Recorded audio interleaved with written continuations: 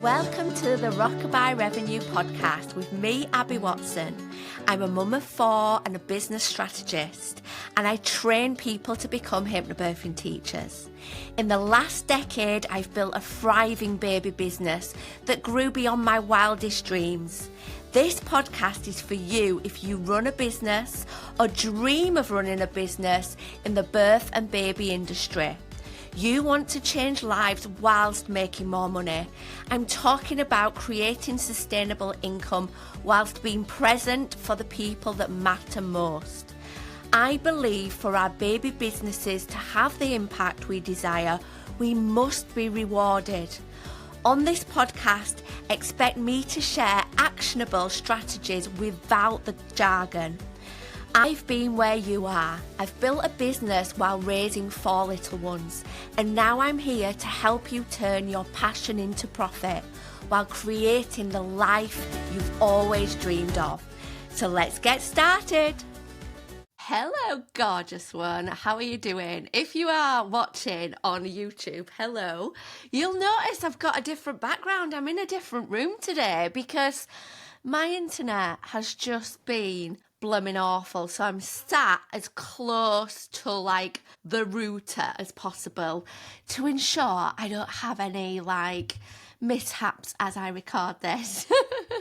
So anyway, I hope you're having a lovely day whatever you are doing.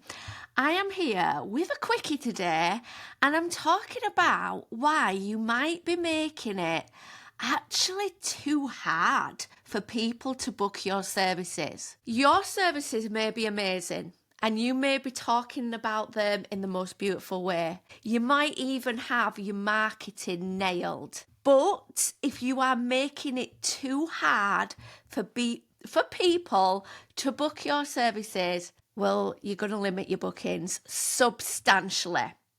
So I'm going to be sharing 6 things you might be doing and might be really unaware of that's ultimately limiting your bookings. So the first one, you might be sharing indirect links or even broken links, or you might be asking them to head to your link in their bio, and when they get there, it's far too confusing, far too much information, and they just don't actually know where to go. So first thing we need to think about is, are the links that you are sharing actually taking people exactly where they need to be? And I've seen an example of this very morning.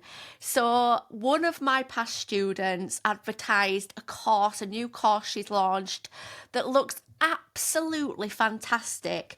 So the photos she was sharing from it, fantastic. The information she was sharing about it, amazing. And then she said, head here to find out more information. So I, of course, clicked on the link, and the link took me to the home page of her website. Now, if I was a potential client, I'd be like, oh, where is this course? And, unless I was super keen, I'd probably bounce right out of it, because I don't know where to go. Someone really keen might actually go to the menu and be like, okay, go to courses. So that's what I did. I had a little look, and still when I got to that other page, oh my gosh, I had to scroll and scroll and scroll to find information about this new service. And quite frankly, at first I thought, oh, she hadn't even put it on a website yet. So ensure that you are sharing direct links. You want people to go to where they can get the information right away. They don't want to be scrolling. They don't want to be finding the correct page. They need to be taken there immediately. Now, I also said on that point, saying go to the link in my bio. I mean, these days there's better ways of doing it. Everybody used to do that a few years ago, go to my link in my bio. But social media has changed, and the way that people use it has changed dramatically. And lots of people, even if they are interested in the thing, they probably won't go to the link in your bio. they want that link there made easy for them. So a better way to do it would be something like comment, course, to be sent the information, and manually you send them a message with that information, or you use something like ManyChats that's going to automatically send the person the link. Okay. Now, of course, if this is Facebook rather than Instagram, you can share direct links. Just make sure it's a link sending them right to the place that they need to be. Number 2, another way you might be preventing them from booking because you're making it too hard is having a site that is not mobile friendly. So when you designed it, or when your web designer designed it, it looked fabulous because you were looking at it on a computer. You know, you were there with your laptop, admiring how beautiful the layout is and how easy it is to navigate and get to the bottom and all this. But the reality is the vast majority of potential clients are likely to be scrolling on their mobile phones. The dimensions so different on a mobile phone, and because the majority of people tend to be looking on there first, we've got to prioritise the layout when it comes to mobile. You know, think mobile first, desktop second. And certainly, and I've been on websites like this before, make sure that on mobile, the links are still like there. Like I've been on websites before where on their mobile version, the links have kind of disappeared or gone right to the bottom, you know? So people have got to scroll so much to get to the place that they need to be. So again, making sure it's mobile phone friendly. Number 3, you're giving them too many options. Yeah? We think we're being super helpful by offering potential clients almost like a menu of services, a menu of different offers. But actually what it can do is just overwhelm and mean that they've got to give it a lot of thought. And what happens when we have to give something a lot of thought? We don't book. We go away and we think about it. And sometimes when we go away, we don't think about it because we get distracted and we don't come back to the thing that we were supposed to be thinking about. So if you are giving your potential clients so many options, you are probably making it too hard for them to book because they feel like they've got to give it some thought. They feel like they've got to maybe get in touch with you to ask questions. You know, I had this myself recently. I was booking an OT for one of my kids and she sent me this brochure and it was fab. It was a beautiful brochure. I was reading through it and I was like, oh my gosh, I definitely need him to see this OT. And then it came to the book your package. And there were so many options. And I was like, oh gosh, I'm not sure what I'm going to need. So I kind of went off the brochure and went back to it later, still not sure. And I procrastinated for days and days and days until I actually plucked up the courage to send her a message and say, I'm not sure which one to book. Now, if I hadn't have been truly desperate for that service, I'd have probably not bothered, would I? You know? So we can't do that to our potential clients either. So if you are saying, oh, I've got this group course, this group course, this group course, or you could do it one-on-one. And if you do it on one-on-one, you could do it as an intensive, a refresher, a full course, an extra full course. You're probably overwhelming them with too much choice, therefore they may take no action. Number 4, another way you might be making it too hard for them to book is you are giving them far too many steps to actually give you money. You know, you want the money to confirm the booking, right? And maybe it's not even the full money. Maybe you ask for a deposit.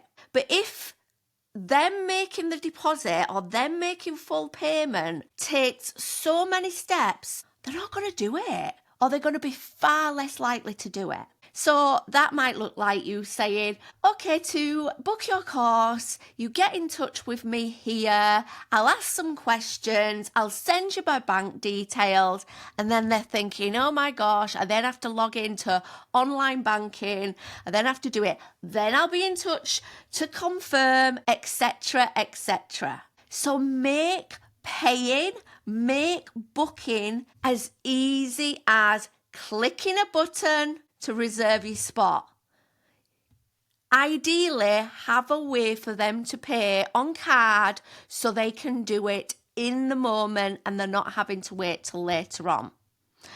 Number 5, you're actually lacking clarity over what they'll get. So they are looking at your services and they're like, oh, this might be what I need. But they're not leaving with the clarity around what they'll actually get. And by that, I don't mean what like items they'll get or what like course content they'll get. I mean, what transformation they're going to get. What is it going to do for them? So perhaps you're giving them lots of information, but it's more information about what you'll cover, what the structure of the session is like, what your classes look like, all these things, but actually they're not getting clarity over why they blooming need it, you know? So let's take a hypnobirthing teacher, for example. You might be saying, book my group course. It's over 3 sessions. Session 1, we will cover this, that, this, that, this, that. Session 2, we'll do this, that, the other. And you've given them this basically course overview and actually missed out on the important bit. That they are going to go from feeling like they're burying their head in the sand when it comes to their baby's birth, because they're too like anxious about it to feel like they can even, think about it, let alone research it, to actually feeling prepared and at ease and enjoying the pregnancy, So really think about, are you making it really clear what the client is getting? They don't know. They don't kind of care. They don't care how they're going to get there. Someone who's nervous about birth probably doesn't really care like what you're going to teach. They're not thinking, oh, yay, so happy she's going to talk about the mind-body connection. Yay, so happy she's going to talk about informed decision-making.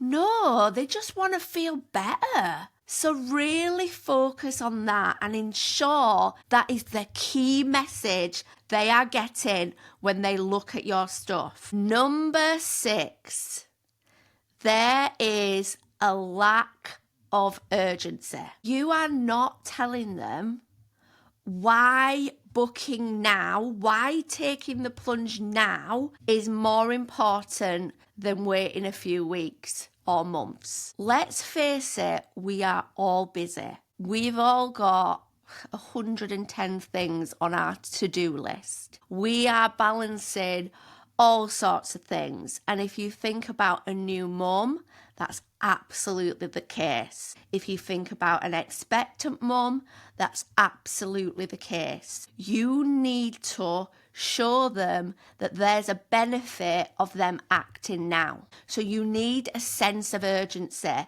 So that might be saying something like 4 places remaining. They immediately know that, oh my gosh, I need to get in touch because I don't want to see another post that says course full. Or maybe it could be, I have 1 space available until the end of summer. So again, they're thinking, oh, I better get in touch. I don't want to miss my window, Or it might be that you simply inform them that actually there's a really important window for them to book their service with you in. So for example, if you're a baby massage teacher, you might only work with babies up to crawling, for example. Is that clearly coming across? Because that adds the urgency, because they might be like, oh my gosh, my baby's not going to be this little for very long. So I need to get on these things so I can make sure that I enjoy that element of maternity leave. Same for courses in pregnancy. You know, as a hypnobirthing teacher, I ideally wanted my clients to come to me between 20 and 30 weeks of pregnancy so that I knew they could get the full benefit from the course.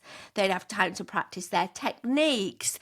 They'd have time to benefit from things like decision making and being able to advocate for themselves. Okay, so it was really important in my marketing. I was talking about that prime time, you know, so that people didn't assume that actually, oh, I'll think about that when I'm on maternity leave. Never too late, but actually so many benefits of doing it early. So adding that urgency. Now, I have got something that I want you to do on the back of this episode. I don't want you to have just nodded along and thought, yeah, she's right. I want you to take action. I want you to do a mini audit of how someone books your service. So you might do it yourself, or you may get a trusted and honest friend to do it for you. And ideally, you want to be making sure that either you that's doing it or your trusted friend can make a booking within 60 seconds, you know? So from seeing your marketing, whatever it is, to making a booking, and they do it in 60 seconds. If it is taking them loads of time, if there's confusion, that is where things need tweaking.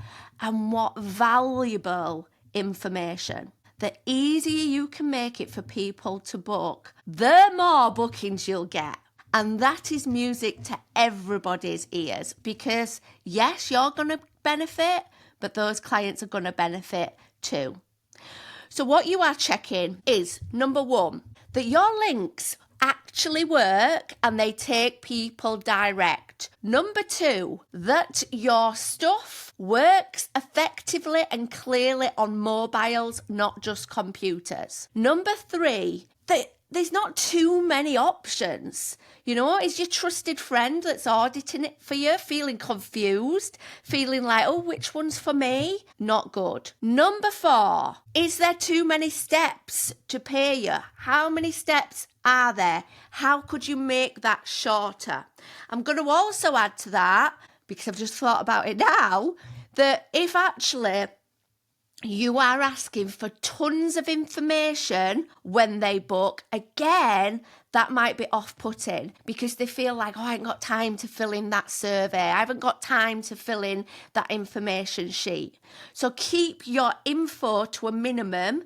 And if you do need detailed information about your clients before they attend or before they work with you, send it after.